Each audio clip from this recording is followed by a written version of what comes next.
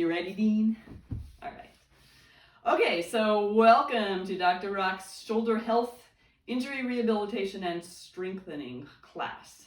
So in my almost 30 years of chiropractic, I've seen a lot of shoulder injuries, and I would say that at least 80% of those shoulder injuries are due to something called impingement.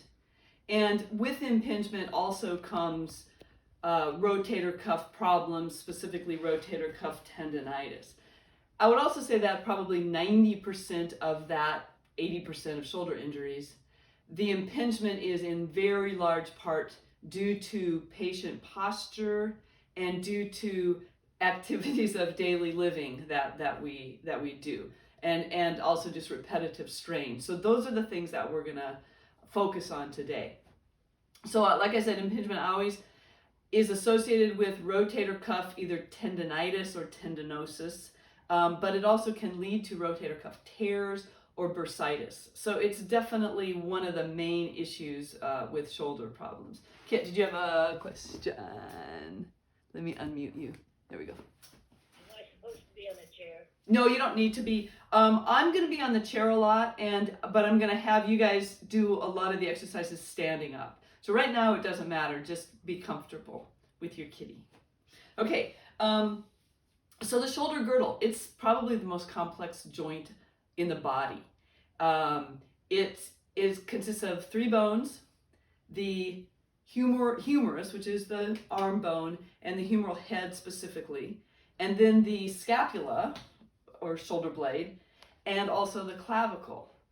And it consists also of four joints. So one of them, the main one that you think of as the shoulder joint, is the glenohumeral joint, which is the humeral head, top of the shoulder bone, and then there's a part of the scapula that forms the socket. It's called the glenoid fossa. So this is the glenohumeral joint right there. But it also is, the shoulder consists of the acromioclavicular joint, which is another part of the scapula, comes over to the acromion process, and then the clavicle, so acromioclavicular joint right in here. That's where you get shoulder separations. And then the sternoclavicular joint, which is that joint right in the center between your sternum bone and your clavicle. And then also, some people it's not exactly a joint, but people describe it as a joint, and that's the scapulothoracic joint, which is the way the scapula slides along the ribs. And that needs to be freely moving in order for your shoulder to function fully. So that's the four joints. And then the shoulder also has, because of the complexity of it, it has a lot of movement. If you think about knees, well, they flex and extend. And that's kind of cool. Well, look at your shoulder. It flexes, it extends, it externally rotates, it internally rotates, it abducts, it adducts, and then you change the position and it does all kinds of things. This is horizontal adduction. This is external rotation in a different configuration, which feels very different than external rotation in this configuration. So it's a really, really complex joint, and therefore figuring out what's going on with it and treating it is pretty tough. So let's talk a little bit about the muscles, and there are a lot of muscles involved in the shoulder joint, but the ones that we're gonna focus on primarily are the rotator cuff muscles. So the rotator cuff muscles are also called the SITS muscles, just as an acronym. It's the supraspinatus, infraspinatus, teres minor, and subscapularis. The supraspinatus is the main one we're going to focus on, and it sits on your scapula at the top part of the scapula. And the most important thing about that supraspinatus is it has a tendon that goes right through the glenohumeral joint, right through that shoulder joint. That's important. So that's the supraspinatus, and then the infraspinatus is just a little bit below that. Teres minor is a little bit below that. Those are the two external rotators that get involved in rotator cuff tendonitis. And then the subscapularis sits on the inside of the shoulder blade. So those are the four rotator cuff muscles. And the rotator cuff muscles, one of their main functions is it helps to control the movement of the humeral head as we're raising our arm to the side. So ideally what we want to happen is Here's the humeral head, there's my arm bone, okay? There's the socket. And so ideally what we want to have happen in this situation is as we raise our arm, we want that humeral head to drop down a little bit. And when that humeral head drops down, that supraspinatus tendon has space to go through, okay? So the rotator cuff controls that holding down. So two things could happen. One, if the humeral head is too far forward, no matter what the rotator cuff is doing, it's going to just, every time it raises up, it's just going to jam against the front part of that glenoid of the socket part. So that's a problem if the humeral head is too far forward. Also, if the rotator cuff muscles aren't working, then what happens is instead of that drawing down of the humeral head, it's not going to do that, and so it's going to squeeze again on that tendon. And so that tendon gets squeezed. That's what impingement is. Impingement is the squeezing of the supraspinatus tendon. Okay, so we're going to talk about how we can change things so that we don't have that squeezing. And the main thing we're going to talk about, and the most important thing is posture, that shoulders rolled forward posture. Bet you've heard that before. It's so important for so many things, and it's something that we all do way too much of. We end up doing this. We end up texting. We end up working on our computer. We end up driving. We do all that. We feel the weight of the world on our shoulders. It just happens like that, and so our shoulders get really rolled forward. Our head gets really translated forward. That's a problem. The other issue with shoulder injuries is activities of daily living and or repetitive strain things. So think about a house painter, always working up here, or a tennis player serving. If you're clipping hedges up here, that's a problem. And so any kind of repetitive strain of arms overhead can be problematic. So you need to be careful with that. And then also sleep. If you're sleeping with your arm overhead like that, that can be a real problem. So we need to consider some things about sleeping. So I'm going to give you some exercises for working on your postural correction. And then think about just workarounds for the activities of daily living that you do that are up here. Using a step stool to get things from the top shelf of the cupboard. Hiring somebody to do your painting, things like that, so they can have shoulder injuries. And then sleep, I'm just going to touch on that right now. So using extra pillows is really important with sleep. And I just happen to have two. So ideally, you want to just not sleep on your bad shoulder side. But what if you have two bad shoulders? That's a problem. And so let's talk about if your bad shoulder is on the top.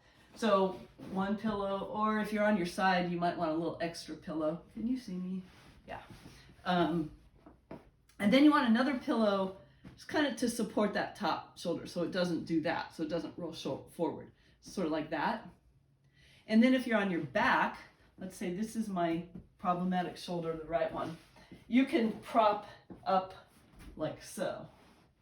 And that's pretty comfortable. That just allows your shoulder to not have so much movement. Just prop it up a little bit. If you're on your bad side, if you can't avoid that for whatever reason, you can put two pillows and have a space between those two pillows. And then that's where your arm goes. And then that just gives your arm a little bit more space, your shoulder a little bit more space. That's pretty comfortable. So those are a couple fixes for sleeping.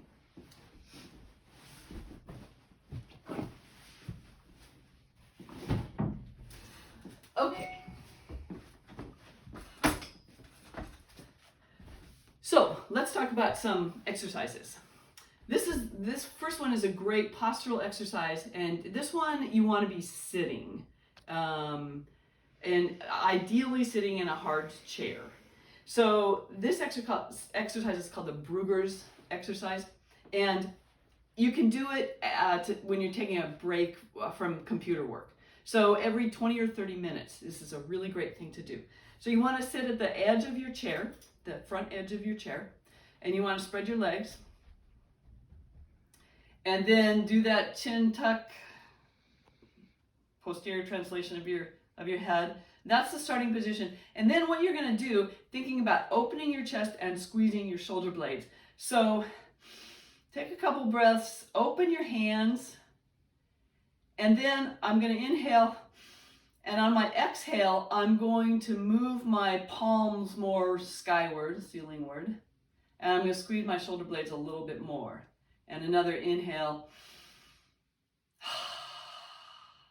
and go back a little bit with my shoulders, squeeze my shoulder blades together, and then come back.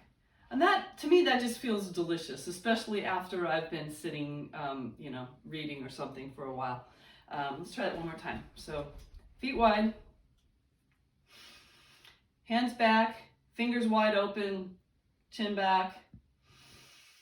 On the exhale, you move back a little further, squeeze the shoulder blades a little bit further, move your palms up a little bit. That feels great to me. I want to do that all day. Okay, so that's the first one. That's Brugger's exercise, and I really highly recommend you do that every 20 or 30 minutes when you're working on your computer, or if you're reading, or anytime you're sitting. It's a great thing to do.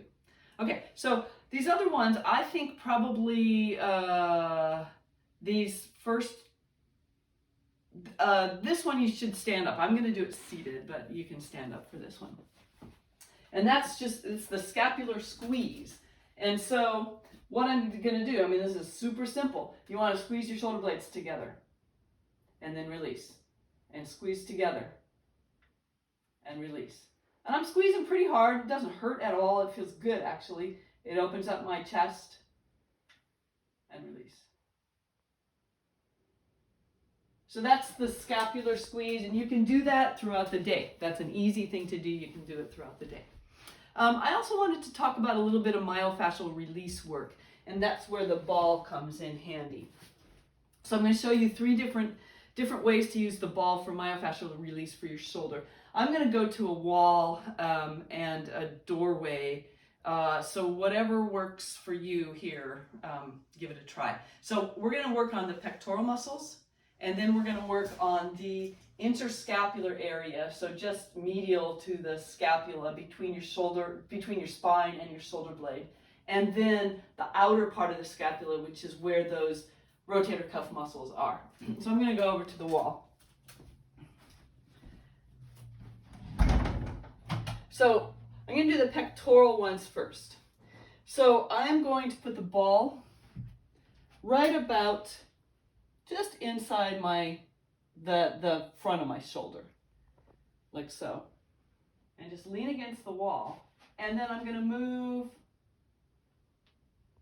towards the midline into those big, strong pectoral muscles. I might find a place that feels pretty intense, and I can move my arm up and down. You can go a little bit to right in the front of the shoulder, a little bit less pressure there. And again, this should feel good, but you're going to get to some painful areas. Myofascial release can be a little bit painful, but that's okay to a certain extent. So that's the pectoral one, and obviously you have two sides, but I'm just going to show one side. Now let's work the interscapular area. So that's that area between the shoulder blade and the spine. And so I'm going to put the ball at the bottom of my shoulder blade on the inside. Because that way, if I put the ball there, I can then just bend my knees and go up and down that area. And what I find is the place that's the most delicious, painfully delicious, is right along the shoulder blade. And then if I find a spot right there, I can do some movements of my arm. I can do a little bit of rolling. I got a really good spot here. Whew. And you can go down as far as you need to. And then you can just move over a little bit to get to the outer part of the shoulder blade and hit those rotator cuff muscles. And I'm just going around, right on a trigger point. And I have to let off a little bit because that's pretty painful. And you can also do some arm movements. So there's a lot there. I could do this for a long time because I really need it. But you can spend, maybe 5 minutes on each shoulder doing those three things, doing the pectorals, the interscapular, and the lateral rotators, the outer part of the shoulder blade. So, but we're going to move on. So the next exercise is one that I think all of you know, and that is the pendulum exercise, and that just involves supporting yourself on the back of the chair. Works pretty well, and just a comfortable position with your legs. You want your spine to be in a neutral spine, so you don't want to curl over like that. You want to, stick your butt out just a little bit, and it's just gentle circular motions, both directions.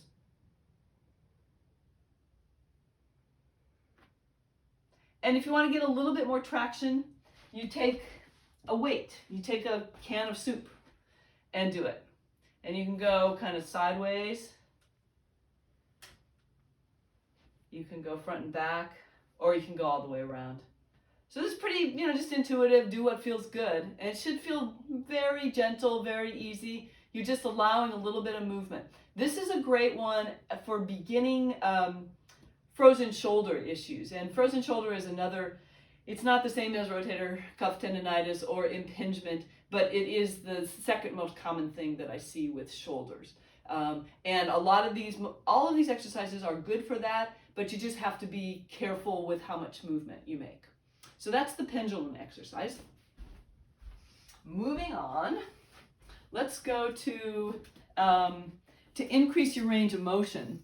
There's some motions, specifically there are 3 motions that tend to get to decrease as you start to have some impingement problems. And that is shoulder extension, which is that movement, and that's shoulder internal rotation, which is that movement, and it's also shoulder flexion, which is this. So those are the 3 motions that we're going to be talking about here. And I'm going to show you 3 different ways to increase your range of motion for each one with different props. So let's start with shoulder extension. The easiest way to do it is just with your hand. And there's 2 ways to do that. If you just have one shoulder that's problematic, bring your shoulder blades kind of back down and in, starting with a good position, shoulders back. And then my right shoulder is the problem shoulder. I just reach around with my left shoulder and pull back until I feel a comfortable stretch of the front of my shoulder capsule, and then come back. You can also do it like this, either palms clasped together or palms apart. That's more intense.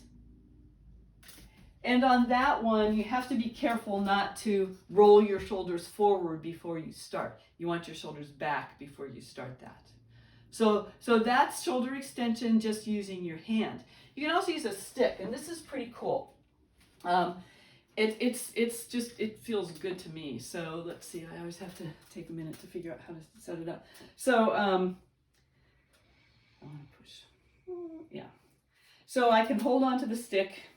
Oops, I need to be sitting down. I can hold on to the stick, and then I just push with my good hand back like that. You can use a broomstick, just like that. And then the last one is the most intense one. It just takes the back of a chair, and that is back to the back of the chair like so. Walk out a little bit, hands on the chair, and then this is a good quad strengthener too, because you just drop down. And look, you're in extension. And back up. Or one shoulder at a time, like so. And that's just a good stretch of that whole anterior shoulder capsule, which is great. So that shoulder extension, 3 ways to do that.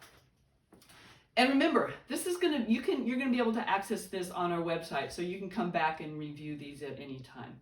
Okay, so internal rotation, that's this one. There's 3 ways to do it with your hand or the strap or a stick. So hand is just putting your shoulder that's problematic here, And then just inching it up with your other hand. That one feels pretty intense. I don't want to go very far with that one. Notice the difference between my good side and my challenged side. And interestingly, the side that's usually the tightest in that position is your dominant side, and I think that's just because you have more stronger, more developed ligaments on your dominant side. So that's the internal rotation with your hand. If you have a strap, you can also do it with the strap. Take one end in your good hand and then grab, and then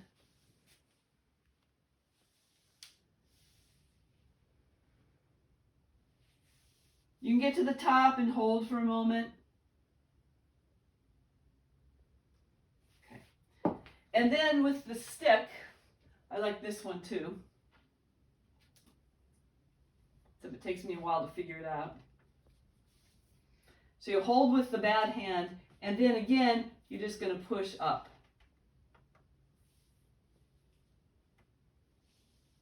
Like so. So that's your internal rotation. Next is the flexion or elevation. Some people call it elevation, and that's this position. And the most common thing for that is wall walking. So I'm going to go over to the wall again, and it simply looks like this. Or if you want to slide, if you have a towel or something, and go as high as you can, rest, come down. And again.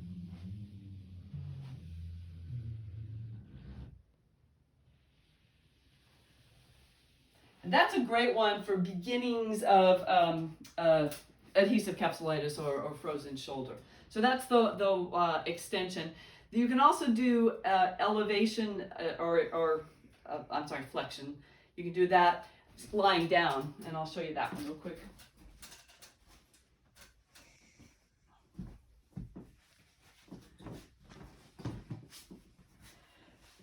So depending upon how your shoulders are, you can just do this, and if it feels comfortable, that's great. You probably don't really need to do this exercise if you can get all the way down. But if it hurts or feels like you can't do it, then you can use your other hand to just guide you down. And I'm tractioning out my shoulder just a little bit. I'm pulling out towards my hand just a little bit. And that feels pretty good. And then the other way you can do it, if you have a stick, is use your good hand to kind of guide, pull. You might get to a point where that feels pretty stuck. You can just try to go a little bit further. And you're also just using gravity. I actually really like the one where I'm using my other hand because that traction feels pretty good. I can get down much easier without pain that way. So that's flexion or elevation. So those are the range of motion exercises that we can do.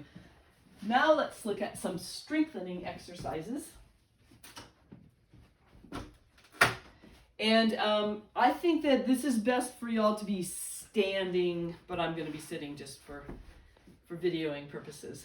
So strengthening exercises, the first part we're going to do is isometric contraction. Isometric just means that you're not moving any body part. So we're going to do isometric contractions in 3 different positions, and that's abduction, external rotation, and internal rotation. Abduction is this movement. So you're thinking about pushing out, but you're not actually going to push out. You're going to take your other hand and you're going to prevent that movement. So I'm pushing my right hand, my problem shoulder, into my other hand, but no movement. Hold for about 5-10 seconds, rest, do that 4 or 5 times. And that works on those muscles without creating any movement. Those are excellent for frozen shoulder also. Okay, so external rotation is that movement.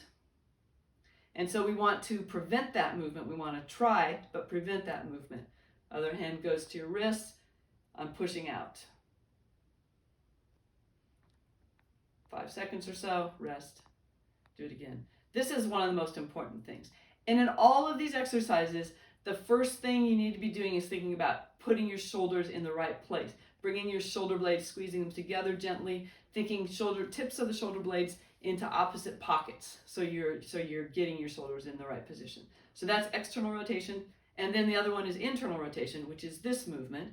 People have less problem with that, but there we're going to prevent internal rotation with my other hand. Hold, rest, hold, rest. So that's your isometric contractions, and those are really, really important. Now, getting some movement, you want a band or a strap, stretchy strap. And the most important one on this is the external rotation. There's a bunch of different ways you can do it, and this is just the easiest way. Elbows at your sides, arms bent 90 degrees. You want to keep your elbows at your sides while you, first of all, you get your shoulders in the right position, externally rotate. Mine is too dense. And slowly. And you want to work on the way out, and you want to work on the way back. What I mean by that is you don't want to do that, because I'm not working that eccentric contraction. Yeah. And I definitely feel this.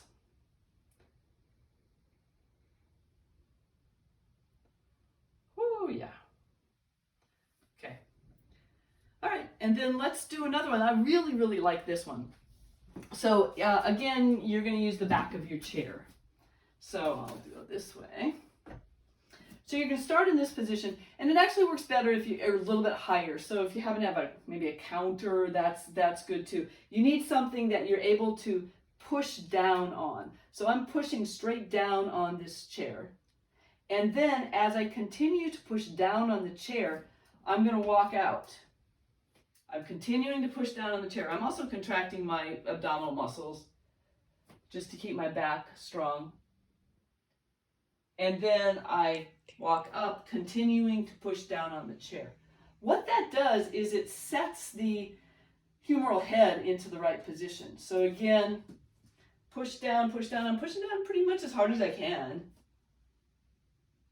And then I walk out, pushing down all the way, even at the end, and pushing down all the way to the beginning.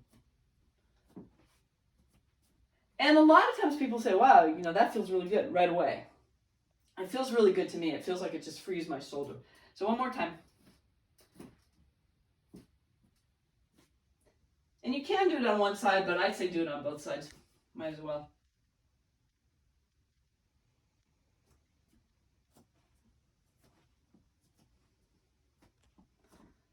Okay, so that's, some people call that Mulligan's exercise because a guy named Mulligan invented it apparently. But I just call it push down on the chair and move back exercise. So last one, and this is really fun. This is YWLT, and you will like this. So it's just, and again, I think probably standing is the best position to begin with, and then we can do it in a different position, but you can start by standing, but I'm going to sit. So what you're going to do is you're just going to make those think about the song YMCA, but it's YWLT instead. So Y is here, and then from that position, you want to bring your hands, arms back a little bit, just to comfortable. That's Y. So from here, back. From here, back. So that's your Y. U, W, will. So there's my W. And again, I want to come back. Like so.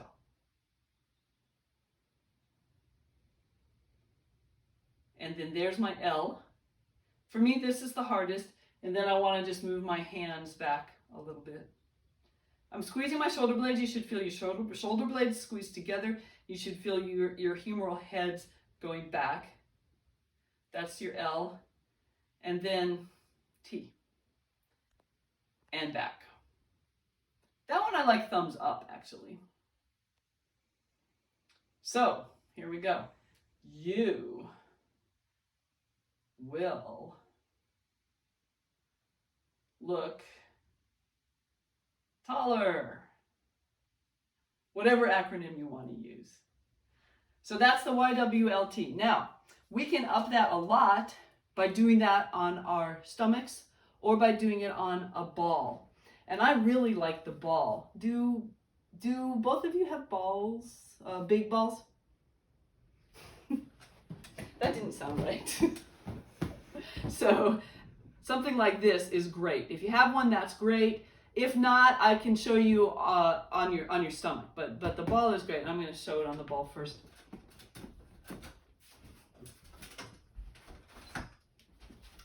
So what you're going to do is just lie frontwards over the ball. And my feet are on the ground.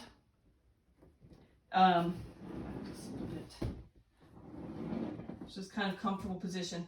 And then I'm going to do that exercise in this position. I want thumbs up the whole time. So it's going to look like this. Y, and then raise up a little bit. This ups the ante a lot on this exercise. This is pretty hard. And then W looks like this. L, not much movement for me there. And T. Y, W, L, T. And if you don't have a ball, you can do it on the ground.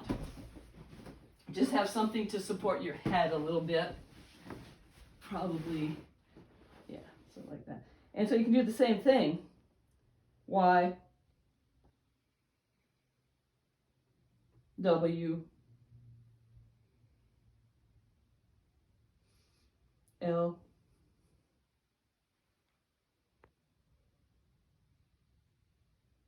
T. So that's the you will like this exercise.